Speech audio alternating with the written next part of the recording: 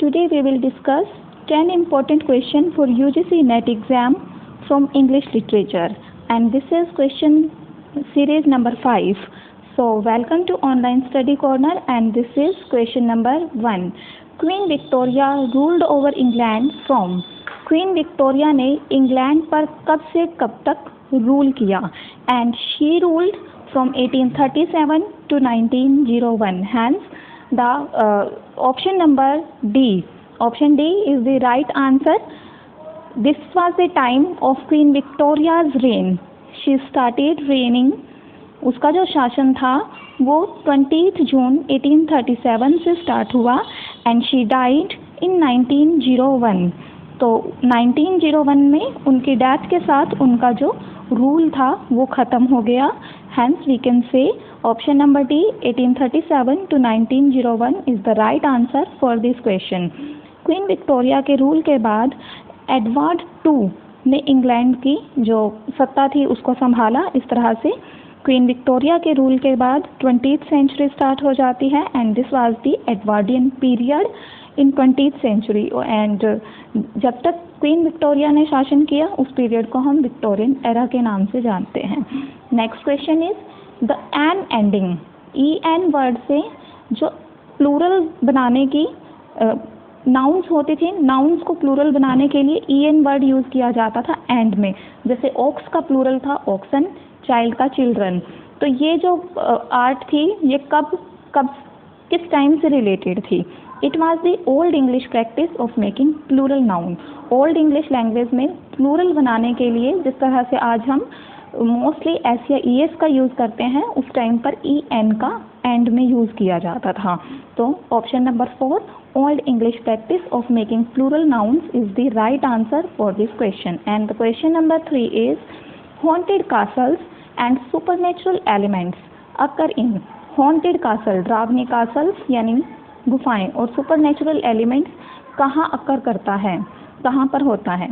ठीक है, तो राइट आंसर है इसके लिए गोथिक फिक्शन. गोथिक फिक्शन की जो सेटिंग होती है वो होती है सुपरनेचुरल. यहाँ पर सुपरनेचुरल चीज़ों को दिखाया जाता है, अलौकिक चीज़ों को दिखाया जाता है. और अगर गोथिक फिक्शन के फाउंडर की बात की जाए तो गोथिक फिक्शन के फाउंडर थे होरेस वॉलपोल. होरेस वॉलपोल को गोथिक फिक्शन का क्या माना जाता है? फाउंडर माना जाता है, जिन्होंने 1764 में अपनी एक बुक लिखी थी जिसका नाम था castle of Otranto. Castle of Otranto. ठीक है, तो इस तरह से कासल ऑफ ओट्रेंटो 1764 में होरेस वॉलपोल ने लिखा और होरेस वॉलपोल को इसका फाउंडर माना जाता है.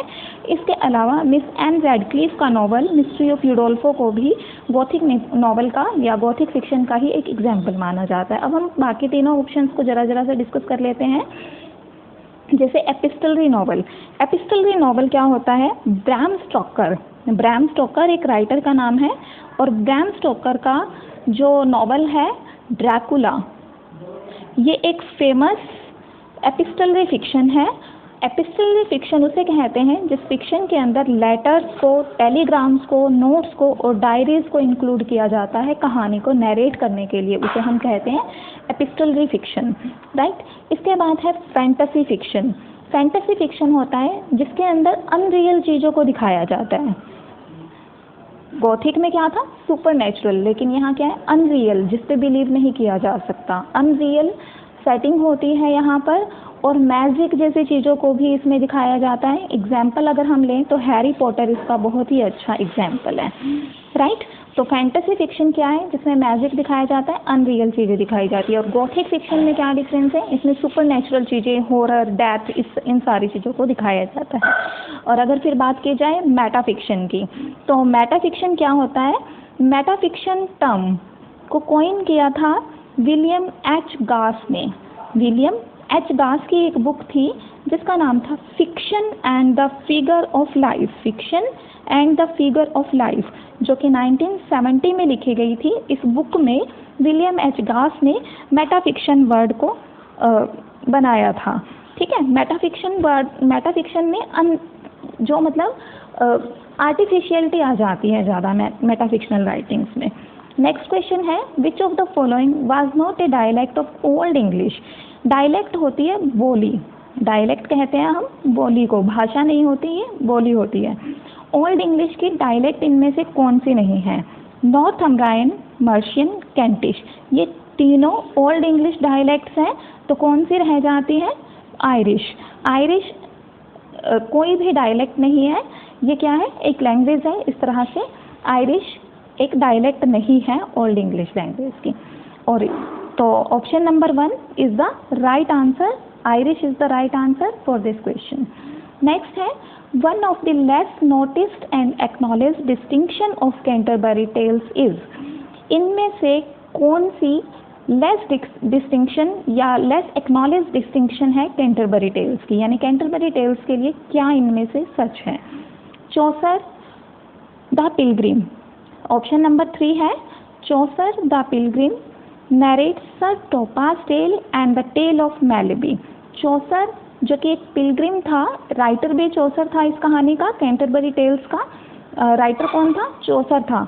लेकिन चौसर जो कि जिसने यहाँ पर एक पिलग्रिम के तौर पर भी दिखाया गया है, जिसने सर टोपाज टेल और टेल ऑफ मेलिबी को डिस्कस किया था, सुनाया था। तो ये एक राइट आंसर है ऑप्शन नंबर 3।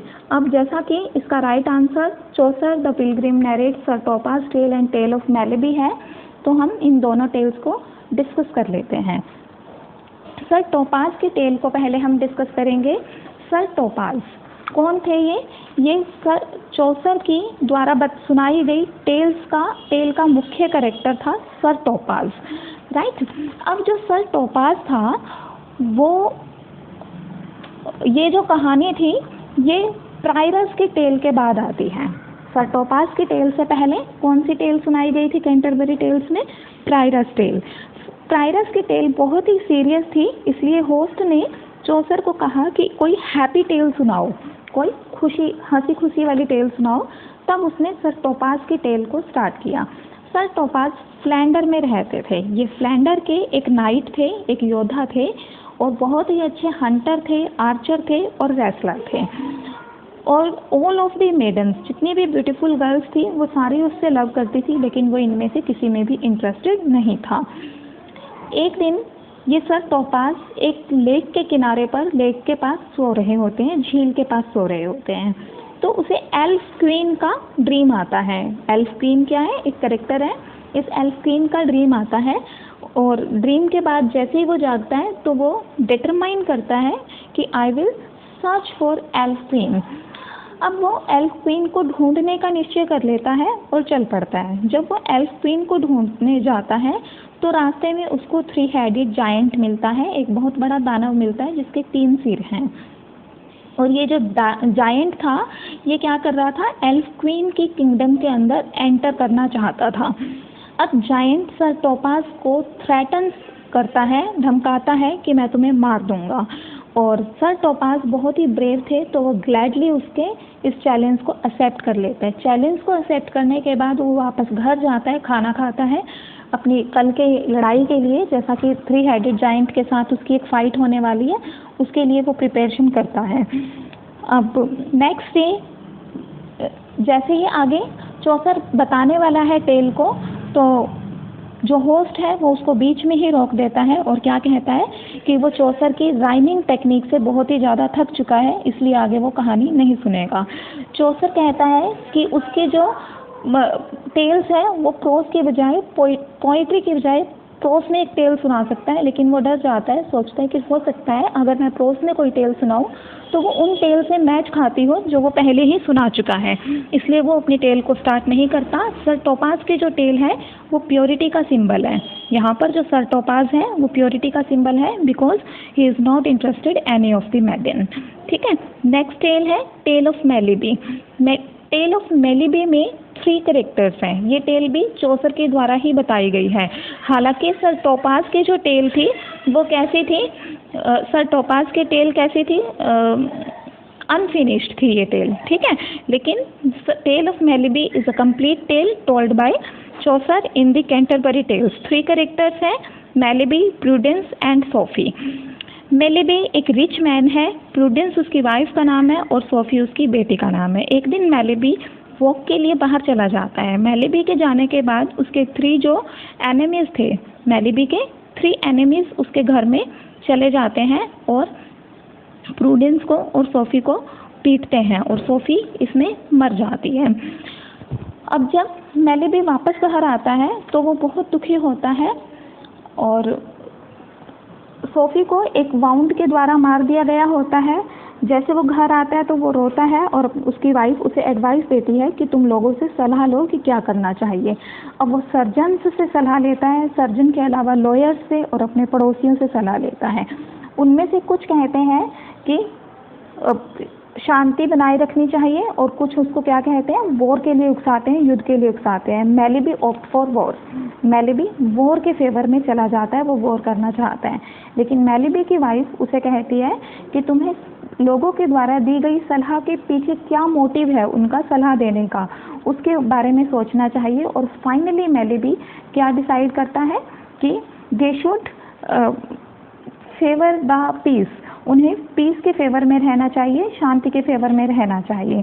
प्रूडेंस कहती है कि जो सोफी है वो मैन की वल्नरेबिलिटी के कारण मारी गई थी, इसीलिए वो सो दे शुड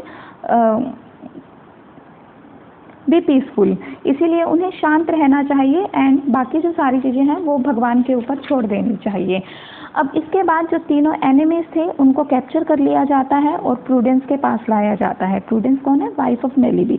प्रूडेंस के पास लाया जाता है, वो उनको माफ़ कर देती है, लेकिन मेलिबी उनसे फ़ाइन लेना चाहता है, लेकिन वो उनके फ़ाइन को भी माफ़ कर देती है और इस तरह से स्टोरी ख़त्म हो जाती है। ये इस तरह से जो टेल ऑफ मेलिबी है ये एक कहानी, लंबी कहानी है, लॉन्ग टेल है ये, लेकिन इसके अंदर बहुत कुछ बताने के लिए नहीं है। मतलब टेल लंबी है लेकिन इस टेल का जो सार है, इस कहानी का जो सार है वो बहुत कुछ कंटेन नहीं करता है अपने अंदर। और प्रूडेंस यहाँ पर मेडिवल वुमेन का प्रतीक है और दिखाती है कि जो मेडिवल वुमेन थी वो कितनी पेशेंट थी और फॉरगिवनेस का सिंबल थी। इस तरह से दोनों टेल्स एंड हो जाते हैं। नेक्स्ट है Thomas Nash the unfortunate traveller is narrated by. Thomas Nash का अनफॉर्चुनेट ट्रैवलर का जो नरेटर है कौन है? अब थॉमस नैश कौन है? Thomas Nash one of the university wits है। यूनिवर्सिटी विट्स को हम अपने प्रीवियस लेक्चर के अंदर डिस्कस कर चुके हैं, one of the previous lectures में डिस्कस कर चुके हैं। आप चाहो तो यूनिवर्सिटी विट्स को वहाँ से रीड कर सकते हो। तो अब हम बात करते हैं अनफॉर्चुनेट ट्रैवलर की। अनफॉर्चुनेट ट्रैवलर एक पिकारेस्क ट्रेडिशन में लिखा गया नॉवल है। पिकारेस्क ट्रेडिशन क्या होती है? पिकारेस्क जो वर्ड है वो स्पेनिश वर्ड पिकारो से बना है। पिकारो एक स्पेनिश वर्ड है जिसका मतलब है ठग या रॉग, ठीक है। तो यहाँ से ये वर्ड बना है। पिकारेस्क नॉवल का जो हीरो होता है वो one place to another place घूमता रहता है, लाइफ के एक्सपीरियंसेस को इकट्ठा करता रहता है, ठीक है। तो यहाँ पर थॉमस नैश का जो नॉवल है अनफॉर्चुनेट ट्रैवलर, इसके अंदर इसे भी हम कह सकते हैं कि एक रॉक लिटरेचर है या पिकारेस्क नॉवल है और इसे एपिसोडिक ढंग से लिखा गया है। इस नॉवल के अंदर एक रॉक हीरो जैक विल्टन के जो एडवेंचर्स हैं उनको डिस्कस किया गया है। जैक विल्टन के एडवेंचर्स को डिस्कस किया गया है। जैक विल्टन एक इंग्लिश पेज है जो कि किंग हेनरी VIII की आर्मी में सर्व कर रहा था। ये जैक विल्टन वन प्लेस से दूसरे प्लेस पर अलग अलग लोगों से मिलता है, अलग अलग प्लेसेस पर जाता है, अलग अलग लोगों से मिलता है। He rambles along relating the everyday detail of experience in autobiographical form, और वो जहाँ पर भी जाता है अपने सारे एक्सपीरियंसेस को ऑटोबायोग्राफिकल फॉर्म के अंदर रिलेट करता जाता है।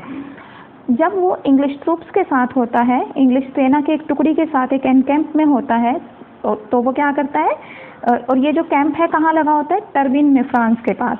तो जैक प्रिटेंड करता है कि उसने किंग और काउंसिल की जो प्लानिंग थी वो सुन ली थी एक साइडर मर्चेंट के बारे में। इस तरह से वो साइडर मर्चेंट को डराता है और उसके जो जितना भी प्रोविज़न था वो आर्मी मैन्स के बीच में, सिपाहियों के बीच में बंटवा देता है। लेकिन जब किंग को ये पता चलता है तो किंग इसे एक प्रैंक की फॉर्म में लेता है और इस एल हाउस कीपर को पेंशन दे देता है और जैक विल्टन को माफ़ कर देता है। लेकिन इस यहाँ पर इसके जो ये फूल बनाने के, लोगों को फूल बनाने के कारनामे थे, ये ख़त्म नहीं होते, आगे भी इसी तरह से चलते रहते हैं। Hence Jack Wilton goes from one place to another place in this novel and make fool of different people. तो जो नरेटर है वो कौन है इसका, जैक विल्टन, जो कि एक इंग्लिश पेज था किंग हेनरी 8 की आर्मी में। ठीक है, तो right answer is second, Jack Wilton and English page. Next is which among the following is one of the university wits, इनमें से कौन एक यूनिवर्सिटी विट्स है। यूनिवर्सिटी विट कौन थे, क्वीन एलिजाबेथ के टाइम पर, या जब जो हम कहेंगे एलिजाबेथन समय में बहुत ज़्यादा राइटर्स नहीं थे जो क्या करते थे, एक यूनिवर्सिटी से एजुकेशन लेते थे, डिग्री लेते थे। बहुत थोड़े से राइटर्स ऐसे होते थे जो एक डिग्री लेते थे किसी भी यूनिवर्सिटी से, उन्हीं में से एक राइटर है Thomas नेश।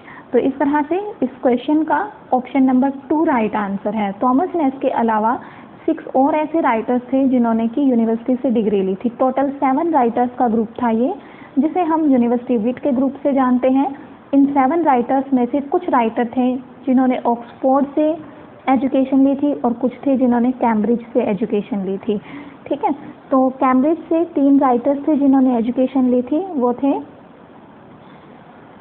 Thomas green, Christopher Marlowe और थॉमस नेश। यानी कि थॉमस नेश एक यूनिवर्सिटी विट थे जिन्होंने कैम्ब्रिज से एजुकेशन ली थी, और ऑक्सफोर्ड से एजुकेशन लेने वालों में कौन कौन थे, लिली,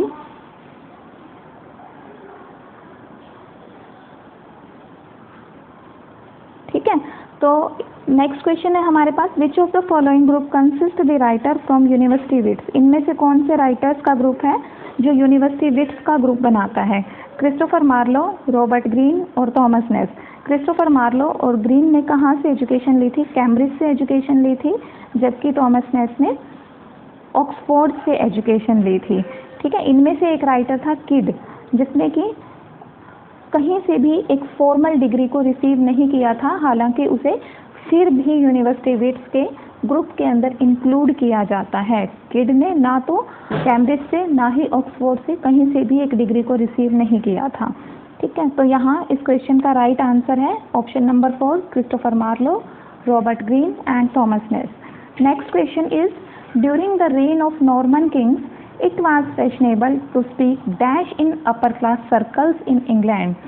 नॉर्मन किंग के रेन के द्वारा, नॉर्मन किंग के शासन के दौरान कौन सी लैंग्वेज को अपर क्लास पीपल बोलना पसंद करते थे, and the right answer is French. Norman Kings, Norman word बना है नॉर्थ मैन से, ठीक है, नॉर्थ मैन से।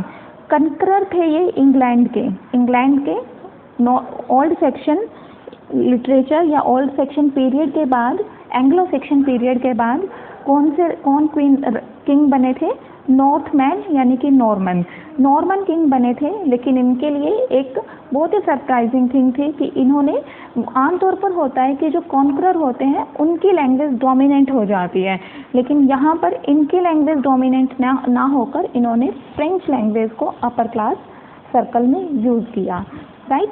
तो French is the right answer. And next is, which of the following is an Elizabethan pros comedy, इनमें से कौन सी एलिजाबेथन प्रोस कॉमेडी है। एलिजाबेथन एज में एपिकॉन का एक और नाम है द साइलेंट वुमेन। ये एक प्रोस कॉमेडी है जिसे कि किस एज में लिखा गया था, एलिजाबेथन एज में लिखा गया था और प्रोस स्टाइल में इसे लिखा गया था। एपिकॉन द साइलेंट वुमेन, ये एक बहुत ही इंटरेस्टिंग सी कॉमेडी है जहाँ पर एक बहुत ही ओल्ड और रिच मैन होता है, वो एक ऐसी वुमेन से मैरिज करना चाहता है जो कभी भी कुछ भी ना बोले। इस ओल्ड मैन को हर तरह की आवाज़ से बहुत ही ज़्यादा इरिटेशन होती है। इवन उसने अपने घर पर हर जगह कारपेट बिछा रखे हैं, उसके जो सर्वेंट्स हैं वो ग्लव्स पहन कर रखते हैं ताकि बिल्कुल भी वहाँ पर आवाज़ ना हो। और फाइनली वो एक ऐसी वुमेन को मैरिज के लिए ढूंढता है जो गूंगी होती है, लेकिन लास्ट में पता चलता है कि this was not a silent women, she could speak and even she was not a women. Hence this is an interesting and hilarious comedy written in Elizabethan as.